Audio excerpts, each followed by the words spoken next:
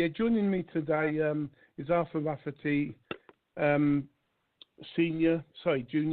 His dad was murdered all them years ago, 37 years ago at the time of this article. He was murdered in Newington Street in Belfast in 1974 on September the 8th. He was 56-year-old, he was Catholic and died 3 weeks later. His son, Arthur Rafferty Jr. from the Arthur Rafferty Foundation, believes he knows exactly who his father's murderer is and is calling for him to stand trial. Later on, we'll talk, as I said earlier, about the investigation that's going on.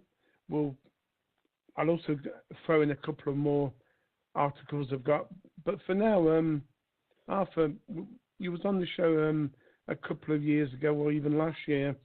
Time flies very quickly. And what really concerns me about our country we live in, Northern Ireland, Great Britain, Britain and Ireland together, whatever, is how the authorities somehow, or the way our countries have been designed, we seem to be at each other's throats for no reason. But that's just a comment.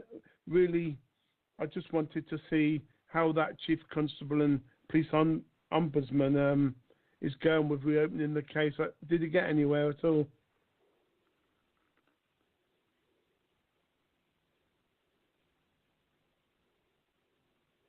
Alpha.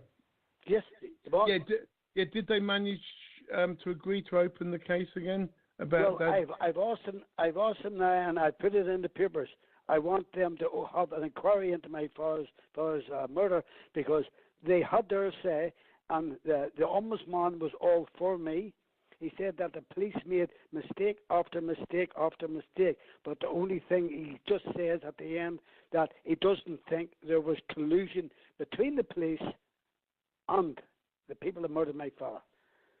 Now, the dogs in the street know who murdered my father here in Belfast, yet that Ombudsman couldn't say, yes, I was Scappaticci. After all, he works for the police. That's what he's there for. And he was it's quite common knowledge. He was a double agent. Of course. It was a double agent. He wasn't on anybody's side. In fact, he was on both sides, and that probably made things more complicated. But tell me how, again, that Scappaticci actually murdered your father. Well, as I'm saying, Andy, I said the last time, and I've said this for years, I met a fellow called Brendan Hughes. He phoned me. Time after 10 seconds. He phoned me and he wanted to speak to me. I had a meeting with him in his flats, Divis Flats. Brendan was able to tell me everything that happened to my father. Maximum length. Message deposited. Thank you for calling. Goodbye. It's okay, Arthur. Just technical problems. It was still linked to the mobile, not to work. Carry on. As I'm saying, I got a call from one of the top men of the IRA. He read my stories in the paper about me trying to find out what happened to my father and who murdered my father. And he wanted to meet me in his home in Divis Flats. Now, I went to meet him. I was warned not to go, but I went. And we had a good long talk. And he gave me everything I wanted to know about my father. He said my father was shot in a mistake. It was a mistake. But the man that done my father, Freddie Scappaticci, he told me the whole story. And I'll be reading a whole list of the things he said to me on the site here very shortly. But that's the man that put me straight. If I had been waiting on the police or the authorities here in Northern Ireland to tell me who murdered him, I'd been still waiting. Okay, can we play a little 6-minute video to give everybody an overhaul of what's going on? If you stay on the line, and then come back and carry on with what you was going to say about the comments that were made, because it's very interesting. And later on, or part 2, I'd like to play a 10-minute video about the steak knife story itself. And then everybody will get an overview of your story, who that person was, Scappaticci, yeah, I think that's a good idea. So stay on the line and listen to this. You've probably heard it millions of times, but a lot of the viewers and listeners haven't. And thanks everybody at the moment. We've only been on 10 minutes, but there's a lot of questions in the comments box. But even if we can't get on to them, Arthur will give you his website and later on and a YouTube channel, and you can talk to directly to Arthur. Wait, I'll play this video. This is your video, 6 minutes 24. Yeah. This is Arthur Rafferty. He is 70 years old and terminally ill from asbestos poisoning. For the past 36 years, Arthur has been trying to find the man who murdered his father. My father in 1974 on the 15th of August was in a bar in North Belfast called the Hole in the Wall. Two doctors, one Martin Macon, told my father a story. Whatever they told him, it must have been good, because my father was not a stupid man. So he left his drink and walked out with them. He came past number 12. Two men were waiting in number 12, one with a loaded armalite rifle. They came out of the house. The father knew there was something wrong, and he ran, and they chased after the father, shot him 12 times, and the father lay here.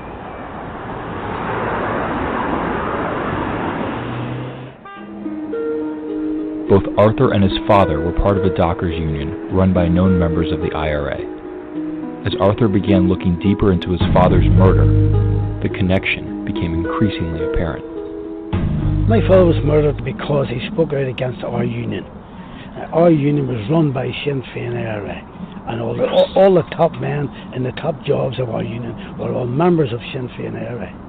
And my father spoke out against them time and time again because he would take no nonsense from them, and they didn't like that. North Belfast in the 1974s was packed day and night with army and police. You couldn't have got walking whereas you were stopped and questioned. Yet these people had time to come walk my father for 500 yards down into Newington Street and shoot at my father 12 times.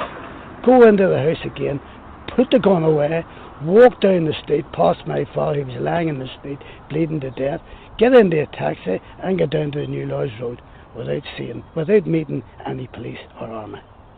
That to me sounds funny. Number 12 was a safe house for the IRA. The police got information about a week or so after that about a rifle was in that house. Someone phoned in. The police raided that house, found the rifle, found a magazine, found ammo, found gloves, balaclava and a boiler suit. They all went missing. A brown envelope with 2 bullets in it was put through the mother's letterbox. A little note on it, this is for your 2 sons, get them out of the country. But I'm still here. After over 30 years of asking questions and getting answers few and far between, in 2005, Arthur got a call from the most unlikely of sources, one-time IRA company commander, Brendan Hughes. Brendan Hughes phoned me out of the blue. I never met the man in my life. He's told me he wanted to meet me, he read my story in the paper, and he wanted to speak about the father's murder. Well, I had 2 minds about going there because I was going right into the heart of the Lower Falls, which was run by these people. Plus, they lived in a big high-rise flats. There was only one door in and one door out, the same door. But I made my mind up to go after I'd been fighting this case for a long time. I went up and I spoke to the man. He shook hands with me. I explained who I was. He told me who he was. We went in, we had a cup of tea. And then he started to tell me. He told me exactly what happened, as I've told you. But I believe him, because after all, the boss of the IRA is on television day and daily saying he was never in the IRA. At least this man came out and told me the truth. And I believe he told me the truth because he knew he was dying, the man, and he wanted to ease his conscience. The truth that Rafferty heard was that his father was shot by Freddie Scappaticci, the head of the IRA's punishment squad. In 2003, Scappaticci was revealed to be a high-level agent for British intelligence, solidifying Rafferty's claims of a cover-up. Since, Scappaticci has fled the country. Scappaticci has signed an affidavit that his solicitor holds that if anything ever happens to him, he's to release it. Many a person he's put to death with the knowledge of the RUC. And if he fell, the whole of Stormont would fall. It's as simple as that. But the police and the HCT and the Ombudsman and the other corrupt people up in Stormont may be hating this fellow Scappaticci in London. He's not too far away from me. And that if he wants to try and take out another Arthur Rafferty, let him come to me. Simple as that. I've lost my life in a way that it's a vicious circle. This corrupt union that tortured my father and helped to murder my father has also killed me. I'm down. Same people. Yet these people, when I walk past them in the street, go to the other side of the street. If they're driving past me in a car and they see me coming, their head shoots the other way. They don't want to talk to me. I told my father when he was down in the hospital, he was cut practically in two. The doctors in the hospital didn't. They told me that time I went in the first night and he would die that night. That man lasted for nearly 4 weeks. A good strong man. And he told me everything bar the people that done it. And I want to make sure that his story is heard. I told him I wouldn't leave it until I do.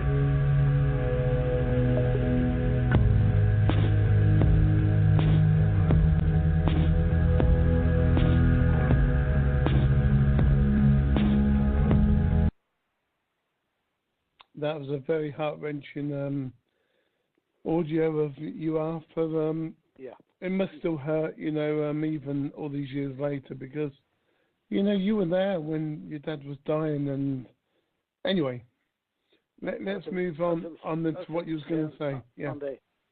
I was in the hospital every hour, every minute he was there, and I seen that man suffer. And I swore. Now, I'm a Catholic myself. I'm supposed to be a Catholic.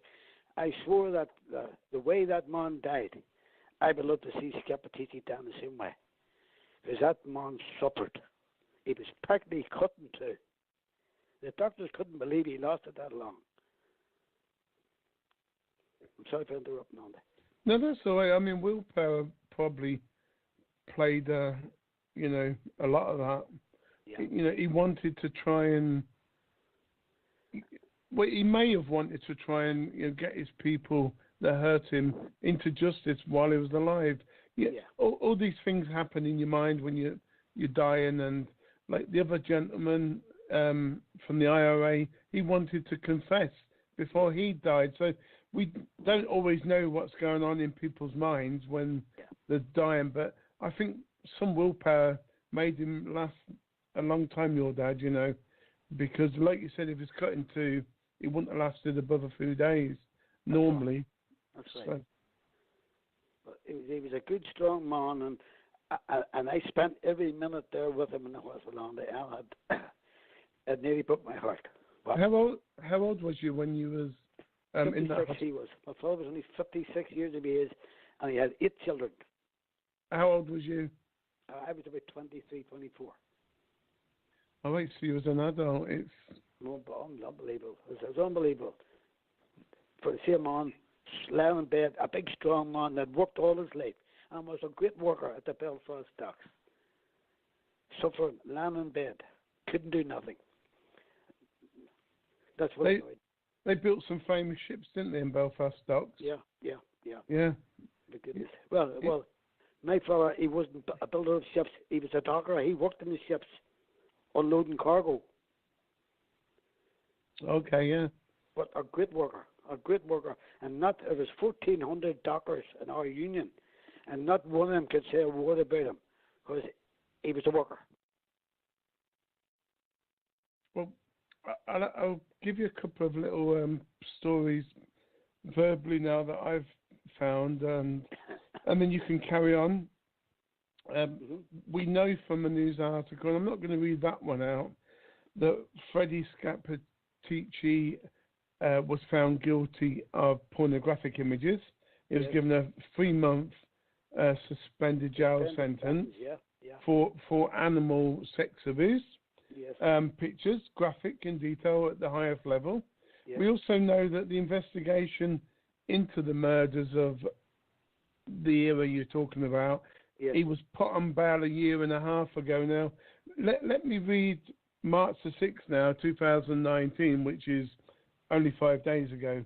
Yes. It says a major investigation into notorious British spy inside the Republican movement has uncovered evidence of criminal wrongdoing by both IRA and security force members.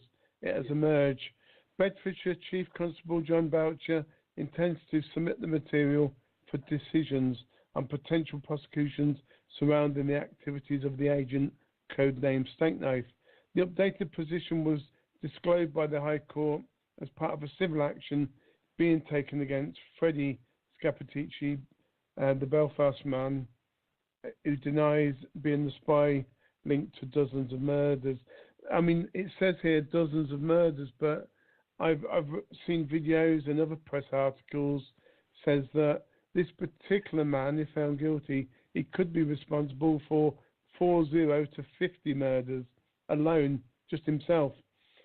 I may be wrong on that. It may be his group, but I'm sure they stated it was him personally.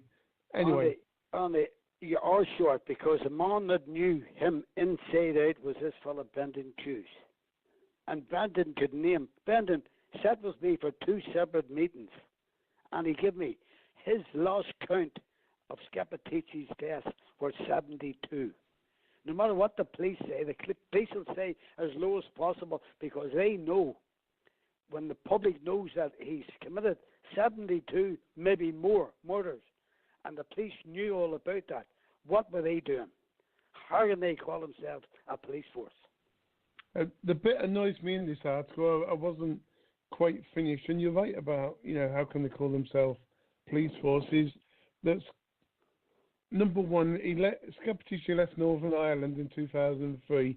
Now, if he's done nothing wrong, A, why did he want to leave? Or B, why did somebody else want him to leave into a so-called safe house? Because I know from researching the internet last year for days, and today all day, there's only one possible sighting of him in a cottage in south of England near London. There's been no sighting of him apart from, obviously that's where he got the animals from. Sorry, I digress on that one. But before quitting his home in Northern Ireland, he vehemently denied being the spy while in charge of the IRA's internal security team, the so-called Nutting Squad. Now, for other people who don't know what the Nutting Squad is, you basically get shot in the head if you come across a Nutting Squad.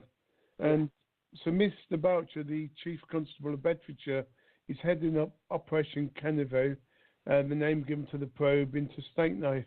I mean, has anybody, I haven't got to my point yet because I've forgotten it, but has anybody ever imagined, let's say, I'll give you an example. Let's say an investigation into mad cow disease or an investigation into child abuse. They call it Operation A, B, C, and D, and it usually involves a lot of people. But this is an operation into one man and what he did.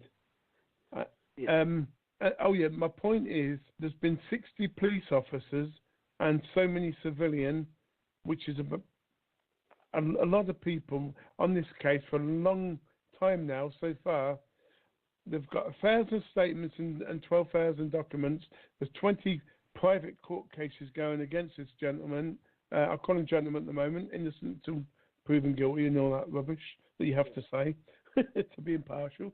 But this is going to cost, on estimate, £7 million. The Northern Ireland Finance Division recently said, we've got 7 million, because I think the original cost was about 5, and they said recently, we'll give you 7 million. Now, if you divide 7 million by the 50 victims and their families, that is at least a small way. Who needs an inquiry? People need closure. People need an inquiry. People need some financial redress because of what's happened. And anyway, That is my point on that. The Canova people, I've had meeting after meeting after meeting with them on John Butcher.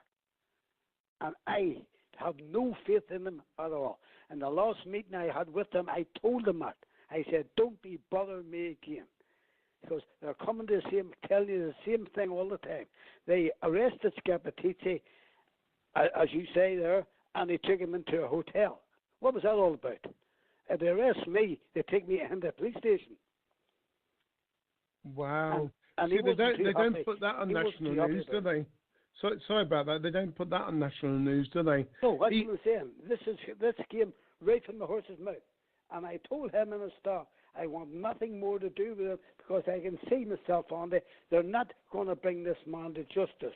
Because if they get this man in court, if I can get him into court and he can tell the truth, the whole of the British government right up to the top will fall. And the whole of the RUC has to fall. Because after all, they had him and hundreds of other Sinn Féin and loyalist terrorists working for them. So how can a police station do that? Exactly, and I guess if you add in Brexit to all that, we're in for a rough ride in the next few months. Exactly. As I'm saying, Andy, all I want is justice for my father, and I know now, I'm old enough, I'm 79 years now, and I know I'm not going to get any justice in this country. Because this British country here, the justice here is corrupt. And as you say, they're sending these ex-police from London over here, and it's costing the taxpayer a fortune. And they're going around the same old things all the time. They're looking into the RUC, and the RUC is every bit as bad as them. They are police, looking into police. So what chance has the ordinary members of the public? Yeah, I mean, it's the same. You'll hear some noise in a minute. Don't worry about it. We're still being recorded. It's just a little bleep saying we're going to go off air, but we're actually not. When this comes out, it'll be edited in a full version on Arthur's YouTube channel and freedomtalkradio.uk.co.uk. Yeah, over here, if you go to the police and you've got a problem, you go to their professional standards. They normally agree with the police, not the public. Yeah. If you don't like professional standards, you go to the Independent Police Complaints Commission, and they usually agree with the professional standards. So the public really don't get any say whatsoever, ever. And you're right on that one. Yes. Well, Andy, I must be the only man in Northern Ireland that won't and can't go to the police for any help at all whatsoever. Yes, it's a shame what's going on. My house was broken into. One of my cars was badly damaged, and one of my other cars was stolen. And I can't report it to the police because no matter what I report to them, they just take the bit of paper and tear it up. Because I'm trying to find justice for my father. They want me to go home and shut up. That's it.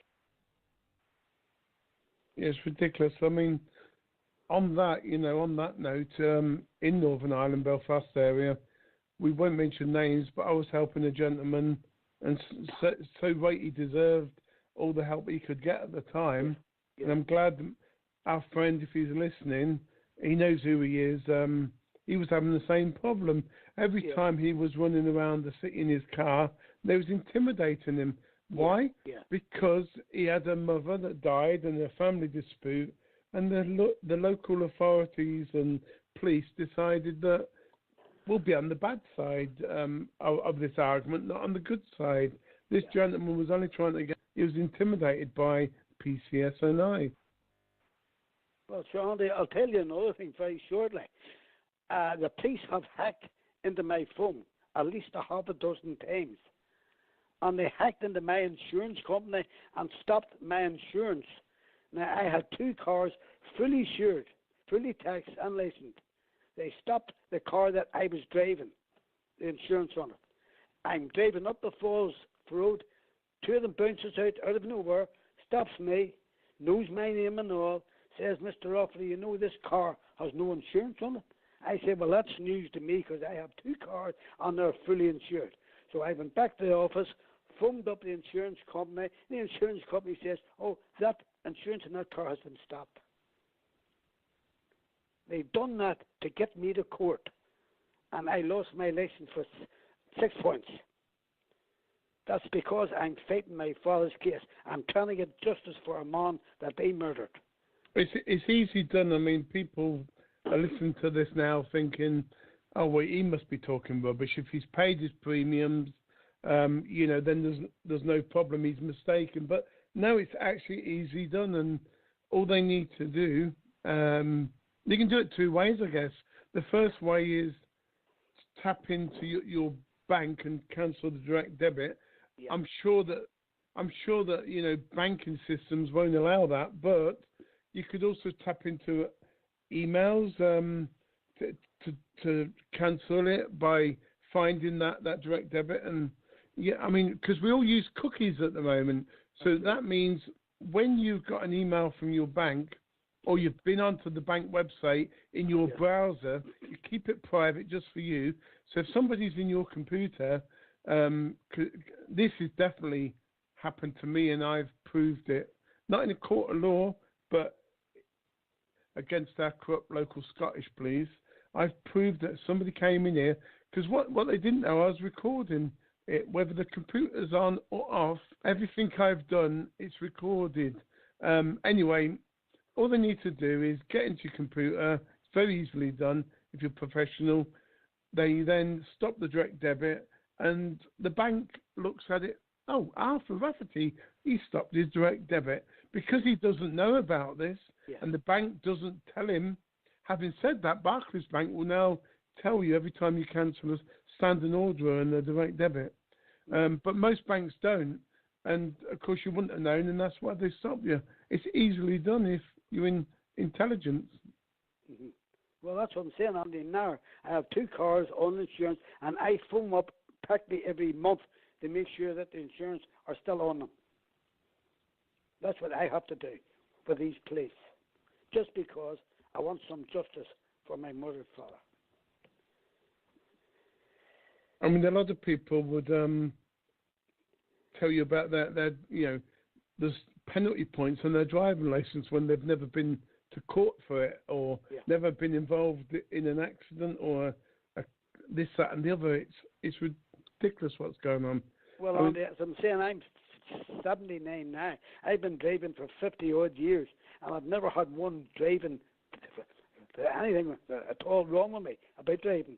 No convictions at all. Until recently here, these police have went out of their way to make sure that I'm in trouble. And that was the first time in years I was in a court. Well, we know they target your income, they target where you live, they target your driving. It's all, It's harassment, Andy. That's what it is. It is harassment, but they do it in a nice way to start with. Penalty points on your license, or ban you from driving, insurance, this. Then it'll be a few knocks on your door when you're trying to sleep. There's no one there, but that's what happens. It is intimidation and harassment. Well, you have to ask yourself, Andy, what type of police have we? What type of morality have these people? Like a man is 79 years of age, terminally ill with asbestosis, and 6 weeks ago I took a stroke. And yet these people are harassing me every day in the week. You're very lucky to be here still with a terminal illness. Andy, I have to be here, because if I'm not here, anything happens to me, my father's case is dead. I think I told you in the previous show that my brother-in-law, my sister's husband, years ago, probably 20 years ago now, he had that same terminal diagnosis. He lasted 3 months. And he was fit as they come as a builder. But, you've had this disease for a long time. And 17 years, Andy, I have it now. I don't believe in God. Sorry, I believe in a God and spiritual good being, but I think you've got that extra little special touch from someone somewhere. That's what I'm saying, Andy. I think God's given me time to sort my father's case out. And you will get justice. I do feel that. I sort it out. should it be the last thing I do on this earth, I'd sort his case out. I told him that when he was lying on his bed dying.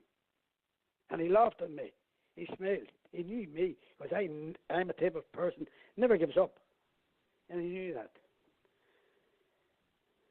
And I just hope I can get Scappaticci to court so he can tell his little stories and get them police despondent and get the British government through it. Yeah, I mean, we'd love that too, because, you know, it's happening politically, but I think what it needs is an overhaul of all our police, courts, judiciary system. That would be a good start to saying sorry for the past. Because, you know, we've had a corrupt system, I don't know how long for, but it must have at least been for the last 50 years since the Second World War. Yeah. Plus, because before then, you know, a lot of people will say, why all of a sudden? It's probably easy. There's a lot of money involved all of a sudden recently. But before that, you know, I mean, even going back, let's say, in cowboy and Indian times, if you cause trouble, you've seen it on the good cowboy films, because some of them are propaganda, but on the good cowboy films, you know, you've done wrong, you get a couple of weeks in jail and you go out. Or if somebody, has drove the horse the wrong way and didn't pick up the poo from the horse, you know, they get a fine. But now, when you go to court, the defence is trying to defend you, but the prosecution, how do I explain it? That's it. The defence are trying to prosecute you, and the prosecution are trying to prosecute you. Exactly. You don't have a chance in court. And Andy, I want to say this court system here in Northern Ireland has to be the most corrupt court system in the world. It's run by the British government. They have refused me to get legal aid to take his case to court. They have refused me legal counsel to take his case to court. And the Attorney General here, John Lorgan, he won't even give him an inquest. Looking at that, you would say, I must be the most unpopular fellow in North of Ireland. Well, they are very keen on not doing inquests. Yeah, and not doing inquests. I've realised that over the last few years, especially where in another case, the daughter died because of the medical negligence. This was in Liverpool, Alder Hay Hospital, and all the woman wanted and the dad was, an inquest. An inquest, and they wouldn't give him.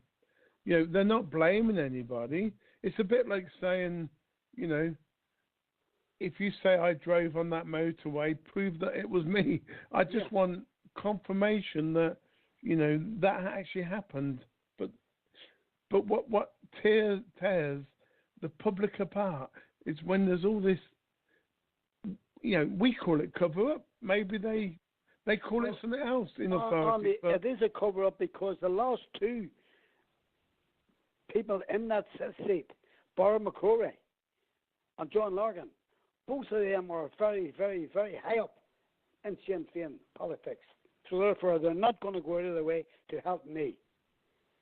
And I know that, and they know that I know that. That's why they're not helping me.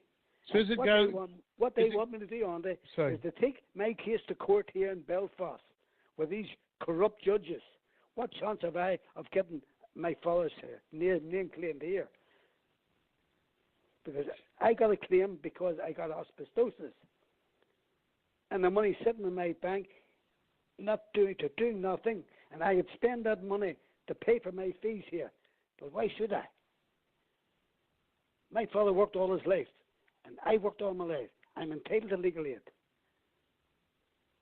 But they won't give me it. Well, compensation, for whatever reason, I know this, because I've helped people who thought the compensation would be taken into account. No, compensation is never taken into account for legal aid, full stop. In UK, as in England and Wales and Scotland. I don't know how they work in Northern Ireland, of course. Well, that's still run by the British rules. And the only thing that stopped me getting it is because I'm taking Sinn Féin IRA, a man, Sinn Féin IRA murderer, who was a British agent, to court. And they don't like that. Well, this video, when we get it sorted, will be shared in the right places. And I urge anybody listening to this, and I'll try and highlight this particular minute in the scene, and other minutes that I think is relevant when I do an email to them. You know, if you are from the court system, the authorities, you are involved in this case, you are, you know, involved in Bedfordshire Police investigation, listen to what Arthur's saying. You know, he won't get any justice in Belfast. You, as an inquiry or an investigation, used an independent source in a way from Bedfordshire, because they could have used the Northern Ireland police force, but they didn't. They went to Bedfordshire.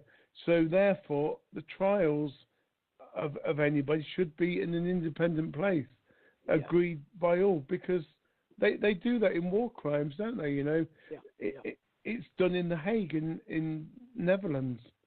I know it's not quite a war crime, but in a way it might be. Well, it just seems to me, Andy, that every turn that I take, there's a door there and it's slammed. Take to me.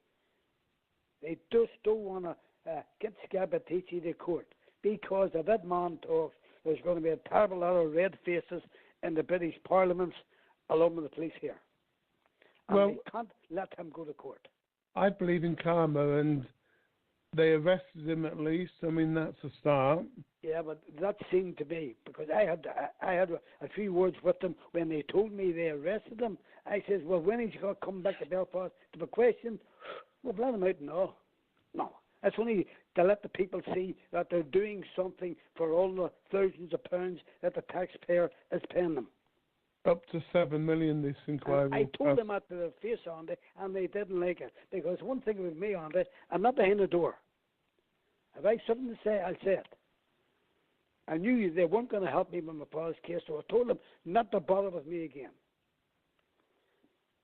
Well, if anybody is going to shoot the if anybody is going to settle the father's case, it'll be me. At least he can defend me. Well, maybe if they come in the future with, look, Arthur, we'll do it on most of your terms, maybe you can talk again. But if they don't at least do what you want, and the other victims, because I'm sure a lot of the victims may be thinking the same way. Well, on the way I'm thinking, I'm not fighting just for my father's case against this fellow Scappaticci, a.k.a. Stigney. He's killed at least 72 known people, and some of his own people as well. He shot them dead. The man's a psychopath that working for the British government and working for the RUC PSNI.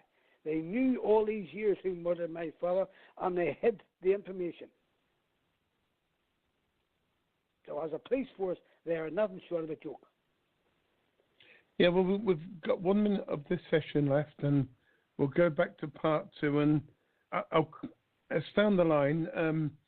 What I'll do, I think, rather than playing it in second part, I'll add the Steak Knife story onto this part, and we'll start part 2 afresh. So thanks for listening, and do you want to quickly give out your YouTube channel? Yes. It's Arthur Rafferty 1@gmail.com, and if you want to see all my films, it's Arthur Rafferty YouTube. That's great. We'll be back in part 2.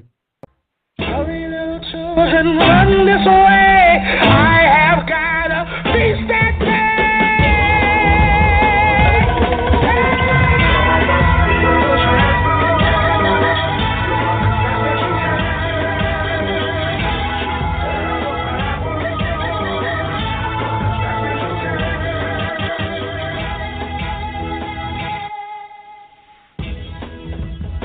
You're listening to Freedom Talk Radio.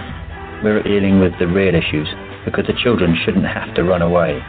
We're exposing the escalating nightmare and ignorance of child safety and abuse. Have you any serious issues with satanic abuse, organised paedophilia, abuse in power and parliament? victim blaming, exploitation and intimidation, parental alienation, reporting the authorities for abuse, whistleblowers, police, social workers, child sexual imagery, co-parenting with an abuser, a family member as an abuser.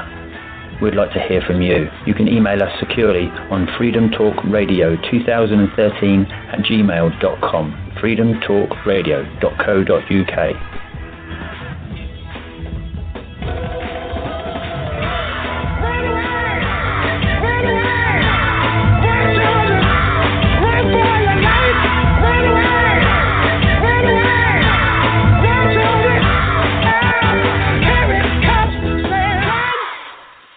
Because the children need us.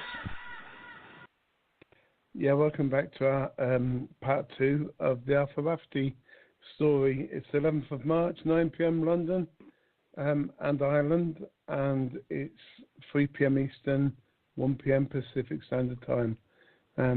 Welcome back, Arthur Rafferty Jr. Yeah, we've covered quite a lot in the first part, but I think it goes so quickly when you're getting in the flow.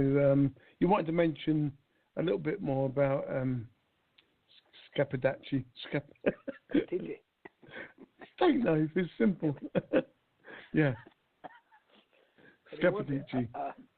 Have a wee part read here just down because I've been fighting these people ever since I was on the show the last time, and I've got no satisfaction out of them at all. But now I'm trying to put the gun to their head this time to get some news. Is it okay? I will read away. Yeah, carry on, Arthur. It's very important that people listen to what you're saying, because what they try and do when you're on your own or got very few supporters is try and intimidate you. You mentioned earlier on about the car situation. Yeah. From now, I'm going to dedicate my next few months into trying getting these emails and shows into the right places. If I can't get you satisfaction and closure of Dad's death, at least I've tried. Whereas many people listen to a video, they share it and think they've done a wonderful job. Well, they've not. You've got to email these people, phone them up and record them and get some justice that way. Peacefully, of course. That's fine on it. Thank you. Yeah, carry on. Right. Hello, all your listeners. This is Arthur Rafferty speaking on behalf of the Arthur Rafferty Foundation, a totally independent victims group with no affiliation to any paramilitary or government groups. Now, my father, Arthur Joseph Rafferty, an unarmed 56-year-old father of 8 children, was brutally murdered by the British state, who colluded with that loyalist paramilitary group calling themselves the RUC PSNI police force in the north of Ireland, a part of Ireland run by that corrupt British government. Now, the scum who murdered my father was a British agent employed by that corrupt RUC PSNI, who supplied him with the armalite rifle and the ammo to carry out his evil deed, and also paid him out of the public purse. His name was Freddie Scappaticci, a member of the IRA, aka Sinn Féin IRA. He was the head of the Nutting Squad in the IRA, aka Sinn Féin IRA. His job was to root out informers in the IRA, Sinn Féin IRA, and dispose of them, while all along this piece of scum was also an agent for the British state, also an agent for the FRU, that is the Forces Research Unit, a unit of the British Army whose job was to employ informers to go out and murder innocent members of the public, like my innocent father, Arthur Joseph Rafferty, murdered in August of 1974. This scum, Scappaticci, was known as the Jewel in the Crown, a highly paid informer and mass murderer employed by the corrupt RUC, PSNI, and the Special Branch, also the MI5, to murder innocent members of the public, and he was answerable to no one. That British state, the RUC PSNI, told him that he was untouchable and would never be charged with any of his crimes for services rendered to the British government. I have tried for years to get him to stand trial for my father's murder, but the corrupt British courts, services, and the corrupt British legal services run here in Belfast have pulled out all the plugs on me, have blocked me all the way. I could not get legal aid for my father. I could not get any legal counsel to take his case on the orders of the British-run Bar Council. And the courts want nothing to do with his case on the orders of that corrupt British government. I have tried the Human Rights Association. I have tried the Equality Commission. I have tried the Attorney General's office. He has even refused me an inquest into my father's murder. I have also asked for an inquiry into my father's murder, and all have been refused, just to cover up for that British government under Sinn Féin IRA informer Freddie Scappaticci. Seeing that the corrupt British government and that corrupt RUC PSNI went out of their way to prevent me from getting any truth about my father's murder. I have asked for a public inquiry into the murder of my innocent father by those corrupt scum. These people are the evil personification of pure evilness, and of course they will burn forever in hell. A grave injustice has been carried out on my pure innocent father, and I, his son, Arthur Rafferty Jr., intends to rectify that. This so-called police force has hacked into my home phone at least 4 times, and I have reported them to the BT manager, who has took all my statements. They have also, with the help of another government agency, hacked into my victims group site, a group I run to help victims who have been abused by these corrupt scum, such as the RUC PSNI, the court services, and the legal services, all run by that corrupt British government. Now, that RUC PSNI I have known for over 44 years who murdered my father and have withheld vital evidence about the murder just to protect and shield their IRA, Sinn Féin IRA informer Freddie Scappaticci. This fellow Scappaticci is also a mass murderer. Now, how then can you call that bunch of scum a police force?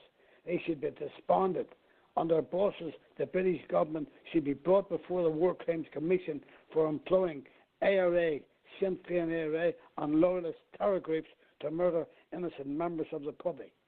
Now, I am not asking, I am demanding a public inquiry into my father's brutal murder, and I want those involved named.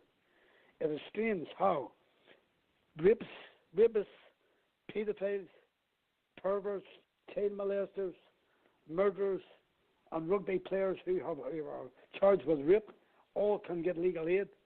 Why not Arthur Joseph Rafferty? His only crime was to be murdered by the British state and the corrupt RUC PSNI under Sinn Féin IRA informer Freddie Scappaticci, a.k.a. Steak Knife. Is that justice? Well, let me tell those low-life scum that Arthur Rafferty has not gone away. You still there, Andy?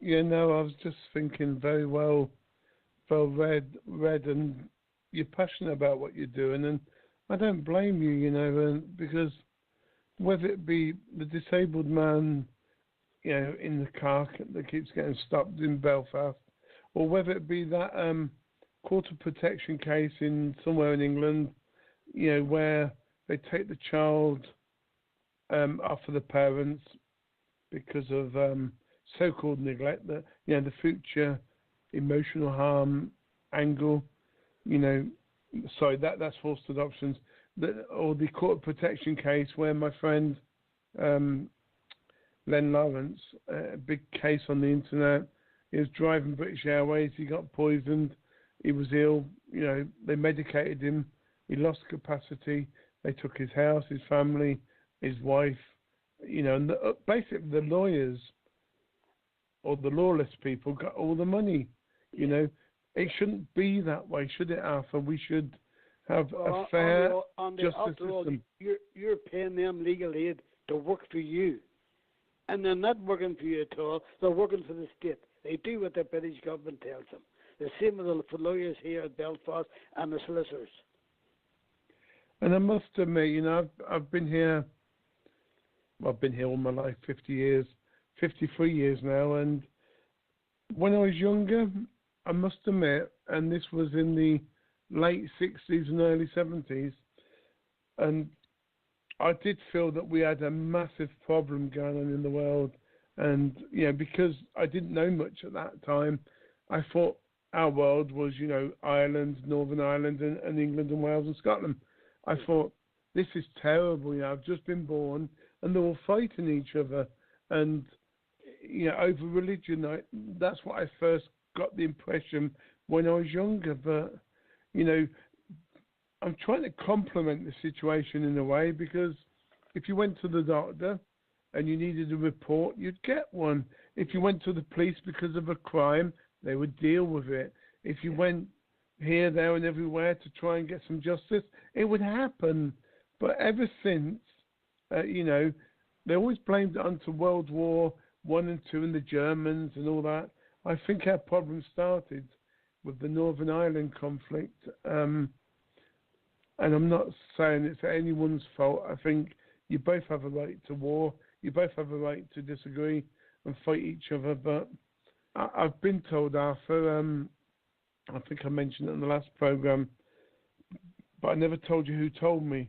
A very senior police officer, retired now, said that the Northern Ireland conflict was basically done deliberately through the government and the security forces for religious people to fight each other. It was man-made rather than, you know, most wars are done because they disagree after years of trying to help each other or trying to go against each other. They have a war if they can't satisfy the problem. But this was man-made in Northern Ireland. I mean, correct me if I'm wrong, but I was told that a long time ago. This was man-made. Andy, you're absolutely right. The DUP and the UUP, they have to keep the two sides apart. Them and us. And that's the way it always has been and always will be. Because I'm 79 years of age, and I remember when I was a wee child, out playing football in the street, police would come down and chase me. Yet up the other part of the top of the street was Protestant children living. They were playing football day and night. There always was a difference between Catholics and Protestants, and these parties that are in power now want to keep it that way. So you are absolutely right. Do I believe that Stormont has been suspended for a long time, or have I got that wrong? Because I'm thinking, you know, they worked very hard for the peace process, and they was all working nice and happily together. But someone told me only yesterday it's been suspended for a few months or even years, 2 years now. They haven't been back at work for over 2 years. Oh, yet wow. They're getting full pay paid into their banks. They don't come near Stormont, sitting in the house. Now, that would never happen in any other country in the world. If you didn't go to your work, you didn't get your money. I was just going to say, even in Westminster or in Scotland, you know, in the Scottish Parliament or the Welsh Assembly. These people are accepting that, sitting there for over 2 years and doing nothing for it. They have no scruples at all, no morality. Do you know what's common, though, about what you've just said? I know I'm kind of digressing a bit, but in America, you know, Trump recently, I don't know how long it's been, I'm not sure if they're back in full power, but they suspended, you know, their operations, the same as Northern Ireland did. I mean, in England and Wales and Scotland, I know, you know, there's a rule that you can't get paid if you're not working, but, you know, why can that be? You know, why can that happen? Why do we allow it as people in Northern Ireland, Ireland? I always say both things because I want to be polite to whether you're Protestant or Catholic or the other side, you know. I just don't understand how you can suspend the Parliament for 2 years and claim money from the taxpayer. Well, Sure. that's what I'm saying. Only I blame the British people too, and the Scots people, and the Welsh people. After all, they pay their taxes. That's their money is paying these loafers and stormmen for sitting there for 2 years doing nothing. Their money should be stopped. But for some reason or other, the British government won't do it.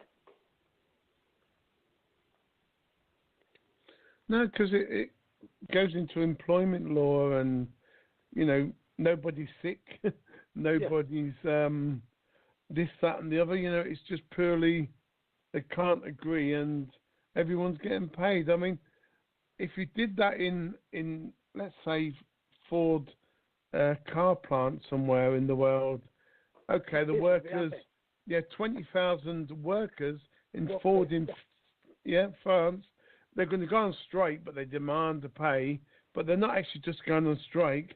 They're going to leave the plant, never go back for 10 years, and they expect to be paid. I mean, no, come on.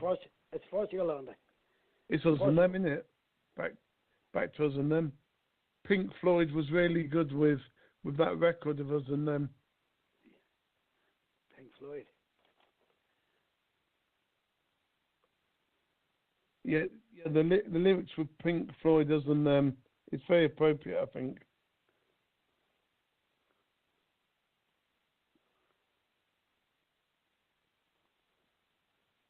Yeah, mainly it says sort of it's always about us and them. The good ordinary men never kind of win. It's always them that wins. Only God knows why us and them have to fight. So on and so on. The front rank has died, and the general sat, and the lion's on the map. And I think if people read that lyrics, it's really important. Exactly. I mean, I'm not into propaganda statements. I just think us and them are very good at describing the situation, and I mean, other countries, if they don't agree with each other, yes, okay, the Parliament is suspended or the army takes over, but how the hell can they get paid for doing nothing? And they've been sitting there over 2 years. No shame at all, they have. No shame.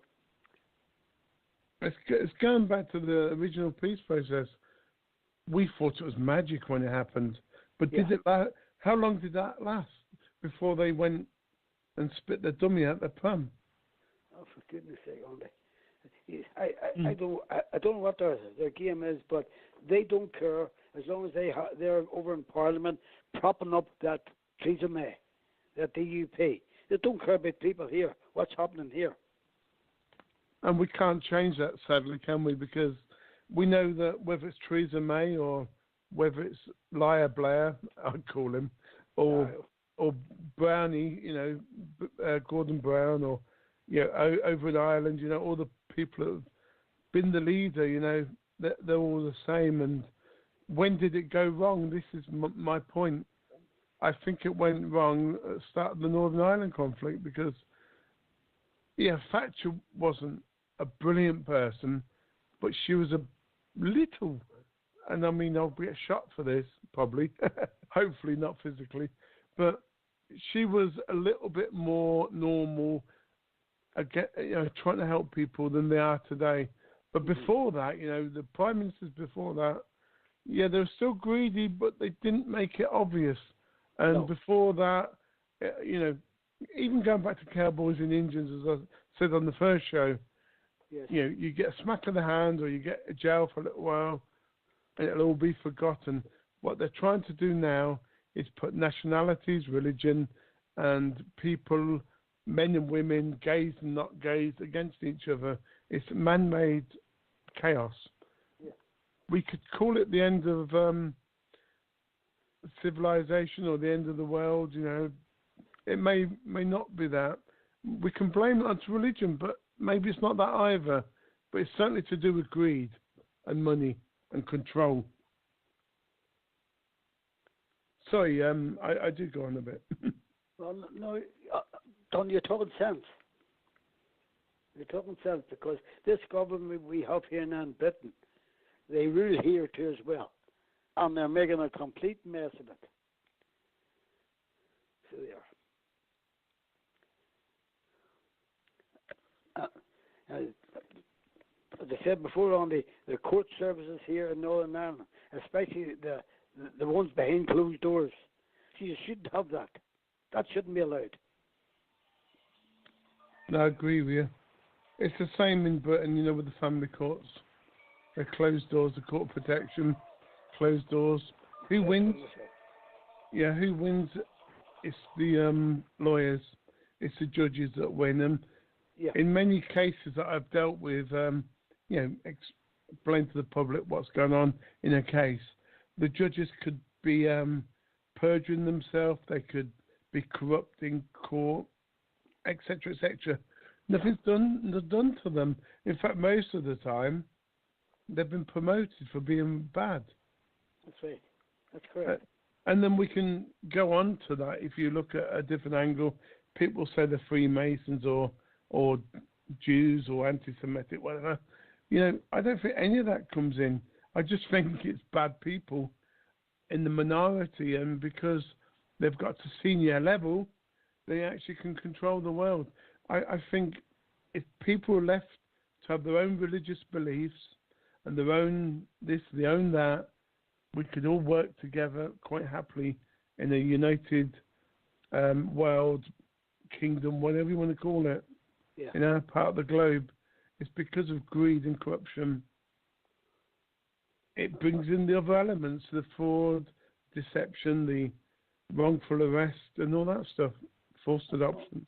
So I'm saying, Andy, I've been fighting for 44 years now.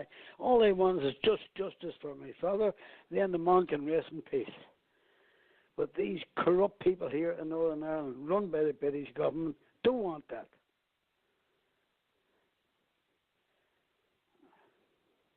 I know.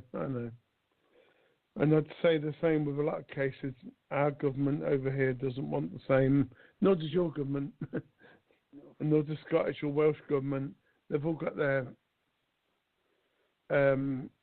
things to hide, and as long as someone's getting paid, and as long as there's a bit of power, then there'll be no truth and justice ever in our land of Great Britain, Northern Ireland, and Southern Ireland even.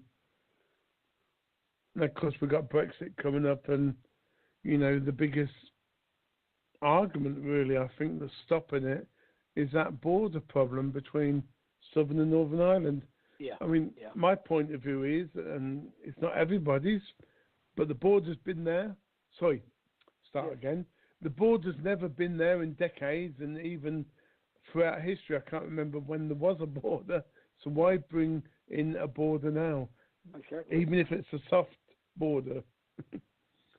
You wonder why her Theresa May wanted out of Britain in the first place. The European Parliament was helping Britain build cars, build this and build everything else. So why did she want to leave? I remember she didn't want to leave. It was the vote that made her leave, She wanted to stay. She was a Remainer. That's right. And then when she became top woman there, she's made a complete mess of the country, like, no doubt about that. Well, so did Cameron, and so did Blair and Brown and so on. No, but we're here for...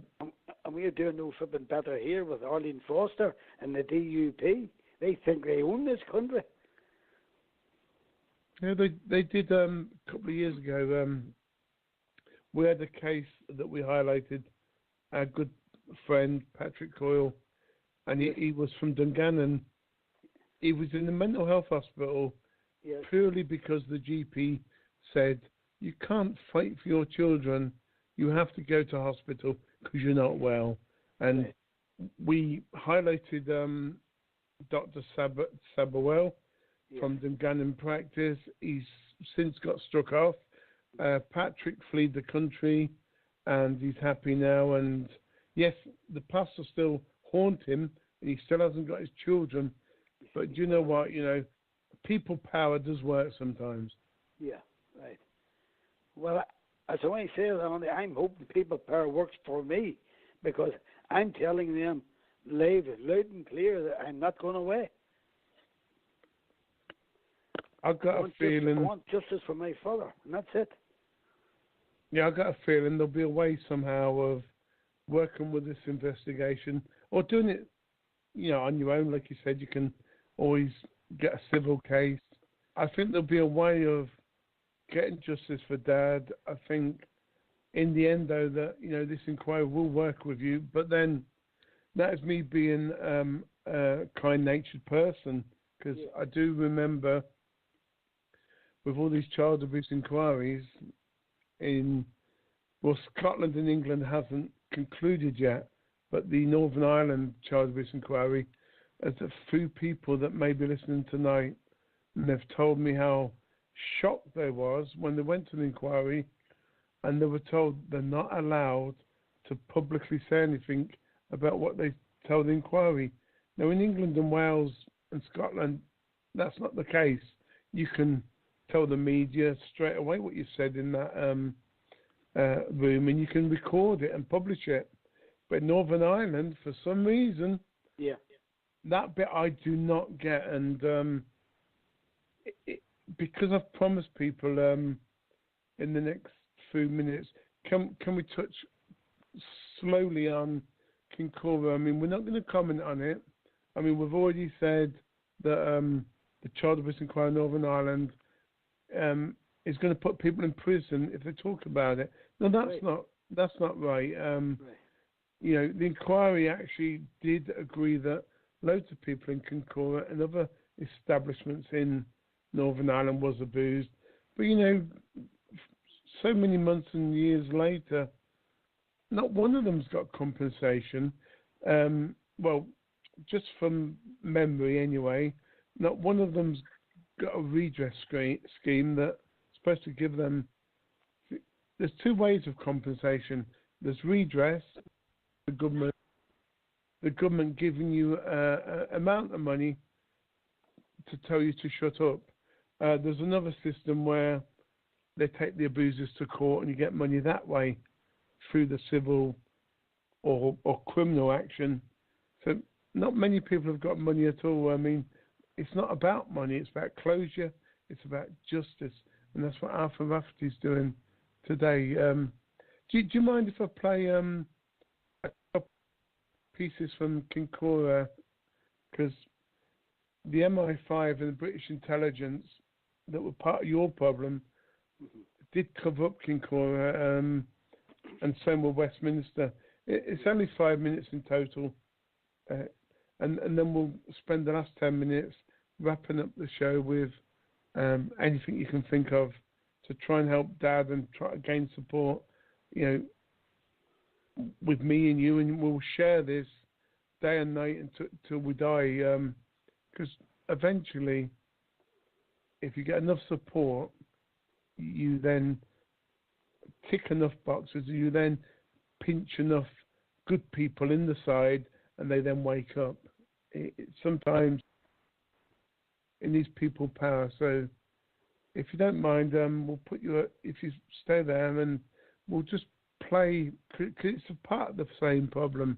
MI5 and the Kincora cover up, and then we'll go to Westminster and the Kincora court case. Meanwhile, the High Court in Northern Ireland is to hold a hearing on allegations of the British Intelligence Service's complicity in the 1970s sex abuse of kids at a children's home. The abuse victims will take legal action on Tuesday to force a full independent probe into the alleged cover-up of the British state's involvement in the abuses. They want an inquiry with the power to force witnesses to testify and security service to hand over documents. The children allegedly suffered sustained sex abuse. Lawyers say evidence shows the security services were aware of the abuse, permitted it, and colluded in protecting the individuals involved. Amnesty International has referred to these incidents as one of the biggest scandals of this age. Well, to get the latest on that, we're now joined by Mohammed Welji, Press TV's correspondent, who's joining us live now from London. Now, Mohammed, certainly once more an embarrassment for the British establishment when it comes to child sex abuse. Well, it's just another in the long list of sexual abuse, child sexual abuse in the United Kingdom, and as you mentioned, it is an embarrassment for them. Now, what the victims are looking for in this particular case is they feel the inquiry taking place in Northern Ireland isn't enough and doesn't have the sufficient powers to hold those that may have been responsible for these alleged abuses to account, and they want this inquiry to be handed over to London, to the inquiry being headed by Justice Lowell Goddard from New Zealand, who was really recently appointed as the chair of the child sex abuse inquiry. Now, 2 British military officials at the time have also called for a full inquiry into this child sexual abuse, and they both said, one actually said that they believe the MI5 was complicit in sexual abuse in Kincora in Northern Ireland during the 70s and 80s, and the other has even said he made it clear to his superiors that there was some form of child sexual abuse going on, and both of these gentlemen said that they were shot down and told not to look into these allegations of child sexual abuse. Now, what this also does, it really raises questions about the role of the security services and what their priorities really are. Now, we can see if these allegations are true, that the security services' priority is really protecting themselves rather than protecting the United Kingdom.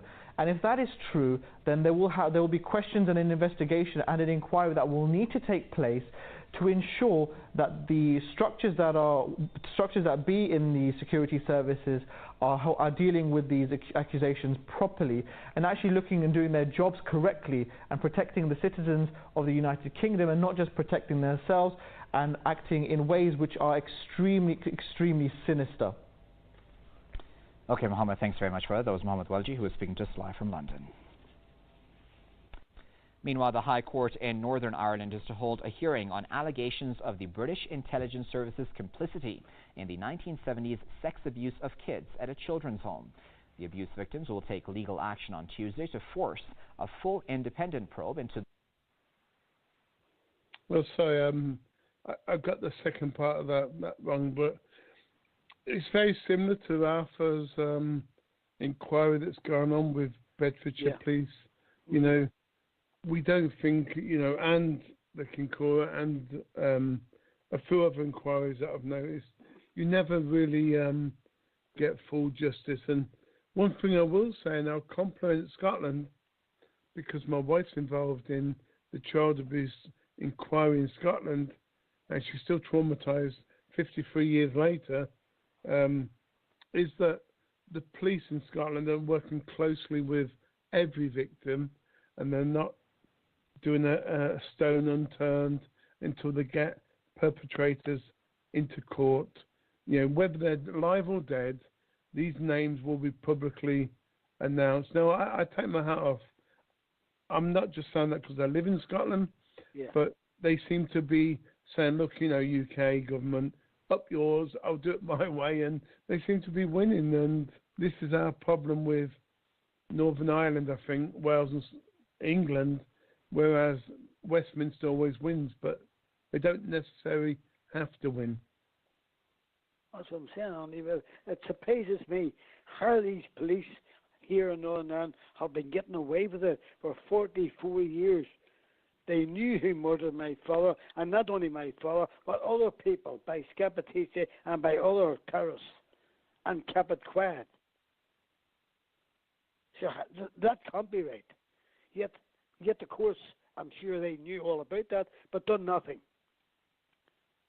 And the human rights people here in Belfast, it's nothing short of a joke. Yeah, there's no human rights Unbelievably. people. Like, I'm at my age, I should be sitting and enjoying myself, but I still have him fighting my father's case to try and get him some justice, some satisfaction for what he suffered. And how and why those police kept it, a lid on it, so long. I know what it is. That's the head Scappaticci, because if he falls, the whole lot of them falls. Yeah, just quickly going back to Kincora, and then we'll finish on that one. Thanks, Richard Kerr, for your brilliant video, which can be found on Arthur Rafferty's YouTube channel. It names names. There's 2 of them there. The Stolen Life of Richard Kerr, including his account of how Ian Paisley strove to cover up child abuse. And there's a couple of good videos on your channel there, Arthur. So thanks for helping that way. And hello everyone, how's it going? Today is November the 26th, 2016, and I want to cover a huge story in Ireland regarding the troubles in Northern Ireland and the double agent known as Steak Knife, or Freddie Scappaticci. For those of you who don't know, Freddie Scappaticci was the number 1 or number 2 in the Internal Security Unit in the IRA, or the Irish Republican Army. The IRA were the paramilitary group for the Republican side of the Troubles, and we now know that pretty much half of the upper echelons of the IRA were all double agents working for the British state, working for the Crown, and there's a huge inquiry now into one of these top agents known as Steak Knife. So I'm going to go to this article from The Guardian, and it's dated I think it's February. When is it? February 2016, and it's about an army whistleblower called Ian Hurst, or Martin Ingram. And before I go into the article, he wrote a book. I have it here in front of me. It's called Steak Knife, Britain's Secret Agents in Ireland. It's a great book. I would advise everybody to read it if they want. I think you can get it on Amazon. But anyway, so let's go to this article. Former Army intelligence operative Ian Hurst could help inquiry into IRA murders allegedly linked to Freddie Scappaticci. A military intelligence whistleblower who exposed one of the British Army's top spies within the IRA is prepared to give evidence in court against the agent known as Steak Knife, The Guardian can reveal. Ian Hurst, a former NCO in the Army's Covert Force Research Unit, or FRU, which handled informers inside Republican and Loyalist paramilitary groups, is also prepared to talk to the police force assigned to investigate the scandal. Sources close to the ex-soldier said. The Chief Constable of the Police Service of Northern Ireland, George Hamilton, confirmed on Thursday that up to $7 million may be spent investigating the activities of Steak Knife, identified as Freddie Scappaticci, when he was allegedly head of the IRA's spy-catching unit while working for the British military intelligence at the same time. So I'm going to go to the video here now by the UTV, the Ulster Television. They're a network in Northern Ireland, and it covers this investigation. So roll it. When John Boucher first came to Belfast, he said the truth would be a difficult and elusive prey. Now, after a private round of meetings with families, he knows exactly what they are looking for him to deliver. They've told me things that are important pieces of evidence, significant pieces of evidence, things that nobody has yet heard. John Boucher is in charge of what could be the biggest criminal investigation ever here. Now public, more details about how his plan to get to the truth will play out. And of course this man's cooperation is key. Freddie Scappaticci has been in hiding. Since this public denial, he was the agent codenamed Steak Knife. I am Freddie Scappaticci. I'm sitting here today with my solicitor. I'm telling you I'm not guilty of any of these allegations. John Boucher will be looking to this one-time senior Republican who once rubbed shoulders with those at the very top of the movement to talk, but on his own terms. Have you made contact with Freddie Scappaticci? I'm not speaking to the alleged agent, Steak Knife, at this time. I'll speak to that individual and other individuals when I'm ready to speak to them. So you won't be knocking on Freddie Scappaticci's door immediately? I'll knock on Freddie Scappaticci's door when I'm ready. John Boucher has a team of almost 50 officers, now confirmed the identity of those giving him specialist advice. They include John Miller, New York's Deputy Commissioner for Intelligence and Counter-Terrorism. He's a former journalist, an anchor man who once interviewed the most wanted man in the world, Osama bin Laden. Mike Downing, LA Police Deputy Chief. His speciality, counter-terrorism and special operations. Nick Caldas, former Deputy Commissioner with Australian Police. Once head of the Homicide Squad in New South Wales, he now works for the United Nations. Then there's Seattle's Police Chief Kathleen O'Toole. She sat on the Patent Commission overseeing policing reform here. And former Northern Ireland Police Ombudsman Nuala O'Loan, who exposed police collusion with a notorious UVF murder gang. It's a difficult investigation, everybody knows that. To present a case that is so compelling, that is so overwhelming with regards to the evidence about people responsible for these murders, that any prosecutor will have no choice but to agree to a criminal trial and prosecution. Before work begins, John Boucher's team has to gather all the relevant files from the intelligence services on those agents inside the IRA and the actions taken by those in charge of them. I'll listen to any reasons as to why information may be stopped from being passed to me. But if I think that information is relevant to this investigation, if I think there are no grounds for which that information to be withheld, I will make sure that I get that information, and I'll make sure that it's made known very clearly with regards to any measures being taken to obstruct me. Cooperation from Republicans vital too, especially from those who knew Freddie Scappaticci. I'll be approaching everybody as you would expect me to approach who may know something about this, and this will include Sinn Féin. So the man hoping to shine light on the darkest recesses of Northern Ireland's past is calling for time and patience. The wealth of experience he has to draw on, a reflection perhaps of just how complex this investigation will be. Success will be judged on results. Sharon O'Neill, UTV Live. Okay, so that was about the investigation into the agent known as Steak Knife, or Freddie Scappaticci.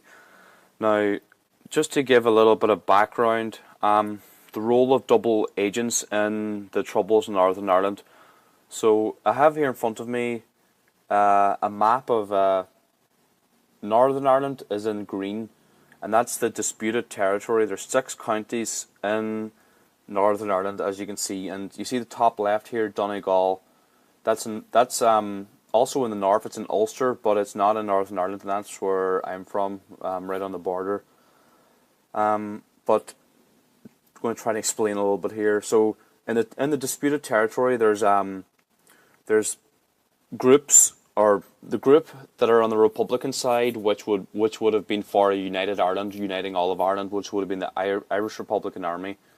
And on the opposite side, you had a number of different organisations like the UVF, the Ulster Volunteer Force, the UDA, and you had other splinter groups.